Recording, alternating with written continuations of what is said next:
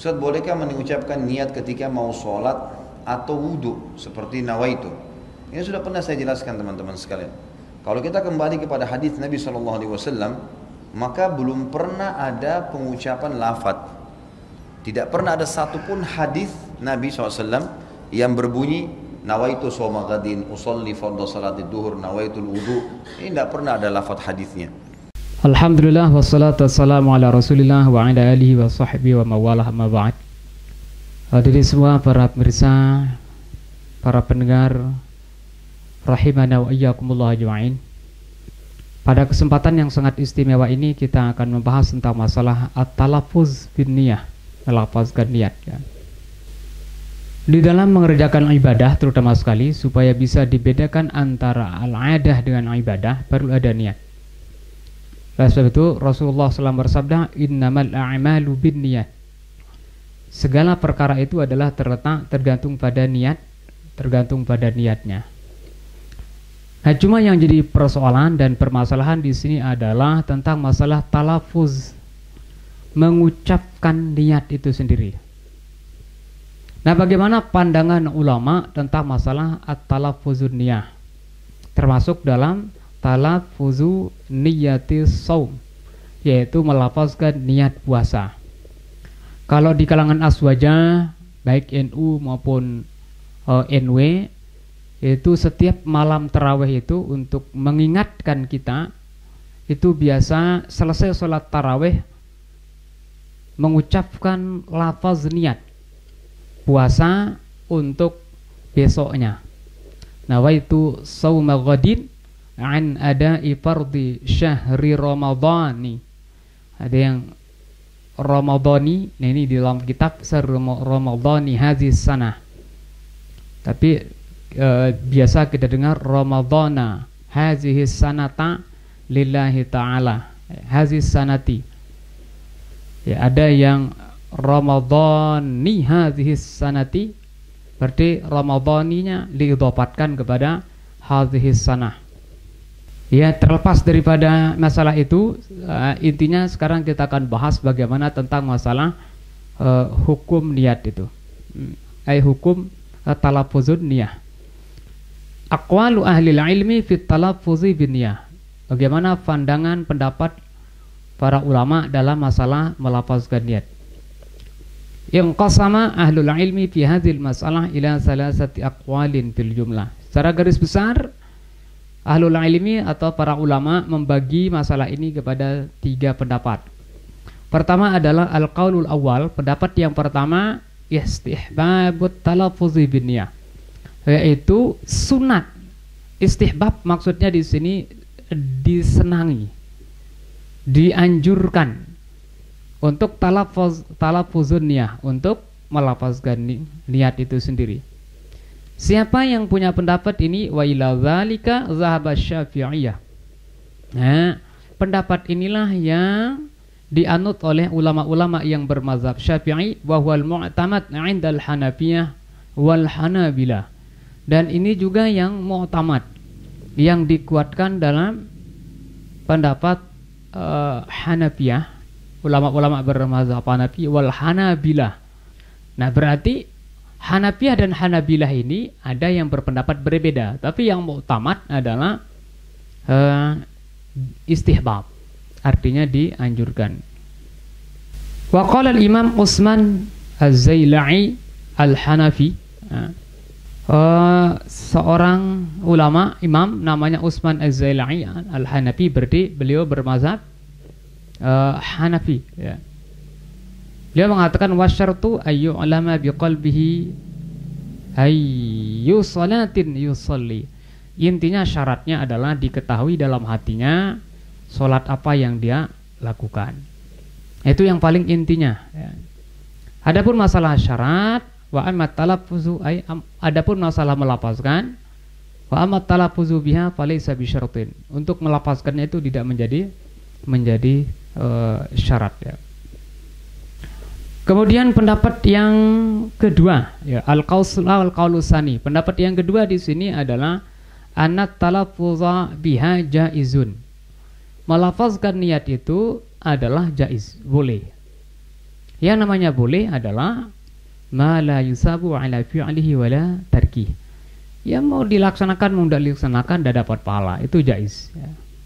Wala yustahabu ila fi haqqil muwaswis, tidak disunatkan, tidak dianjurkan kecuali bagi orang yang waswas. Siapa yang punya pendapat ini? Yaitu wa ila hadza zahabal malikiyah. Ulama-ulama yang bermazhab Maliki berpendapat bahwa itu adalah jaiz. Sunat ndak, kemudian makruh juga ndak, apalagi sampai haram. Nah, kemudian yang ketiga, al-qaulus tsani, pendapat yang ketiga, annat talaffuz biha bid'atun makruhah. Oh ya, ini yang ketiga. Nah, pendapat yang ketiga ini adalah bid'ah yang makruhah. Wa hadza ahadu qaulayil Hanabilah. Nah, tadi sudah kita sampaikan bahwa ulama-ulama yang bermazhab Hanafi, sebagian mereka, bahkan itu yang mu'tamad, berpendapat bahwa sunnah, maksudnya itu mustahab. Mustahab artinya disenangi, dianjurkan, ya, dilakukan. Namanya talaffuzun niyah, melafazkan niat. Nah, tapi ya ada juga ya pendapat daripada ulama-ulama yang bermazhab Hambali berpendapat bahwa itu adalah bid'atun makruhah. Bid'ah yang makruhah. Nah, inilah yang dipegang juga oleh ulama-ulama yang sekarang yang kita kenal dengan istilah ulama-ulama salafi ya. Mereka berpendapat itu adalah bid'atun makruhah, yaitu bid'ah yang makruhah. Kita cantumkan di sini dalil-dalil ulama-ulama yang membolehkan. Kalau ulama yang tidak membolehkan, simpel saja dalilnya itu, tidak pernah dilakukan oleh Rasulullah SAW. Ya, tidak terlalu ribet ya. Nah, mereka itu untuk mendatangkan dalil-dalil cukup, yaitu lam yaf'alhun Nabi sallallahu alaihi wasallam, tidak pernah dilakukan oleh Rasulullah sallallahu alaihi wasallam. Itu sudah selesai dalilnya kalau ulama-ulama yang tidak membolehkan. Nah, di sini kita akan membaca dalil atau alasan ulama-ulama yang membolehkan mengucapkan ayat talaffuzun ya, mengucapkan niat, baik itu niat puasa, kemudian niat wudu, niat sholat dan sebagainya ya. Mereka berdalil amma ahlul mazhabil awal, adapun mazhab yang pertama yaitu yang mengatakan tadi mustahab malah ya, artinya dianjurkan, faqadis tadallu bil athar wan nazar. Mereka itu berdalil dengan athar dan ya dengan nazar juga, artinya qiyas ya, logika ya, teori.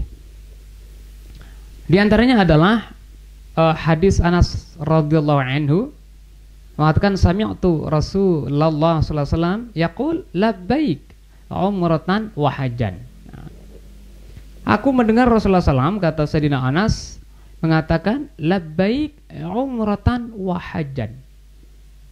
Ini ucapan Rasulullah mengatakan labbaik umratan wa hajjan, ini dianggap oleh ulama ini adalah bagian daripada talaffuzun niyah, melafazkan niat. Dalil yang berikutnya adalah yaitu hadis dari Abu Sa'id Al-Khudri.